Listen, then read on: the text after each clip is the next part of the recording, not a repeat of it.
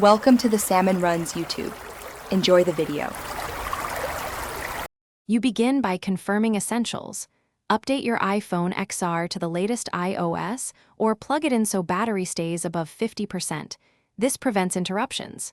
Next, open Settings and go to Face ID and passcode so you can see the disabled reason.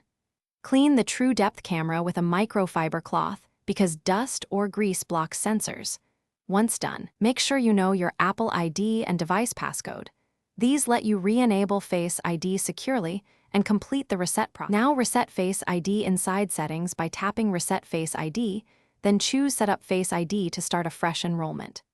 Position your iPhone XR about 10 to 20 inches from your face and follow the on-screen circle prompts, rotating your head slowly so the True Depth system maps every angle. This creates a robust 3D model. Make sure lighting is even and avoid hats or glasses that obscure features, so the sensor captures reliable depth and texture data for future unlocks. Finish by testing Face ID several times, making sure you look at the screen with eyes open. Add an alternate appearance if you wear glasses or change looks frequently. If Face ID remains disabled, restart your iPhone XR and double-check for iOS updates. Sign out and back into your Apple ID and back up before considering a factory reset. If problems persist after software fixes, you likely have a hardware issue.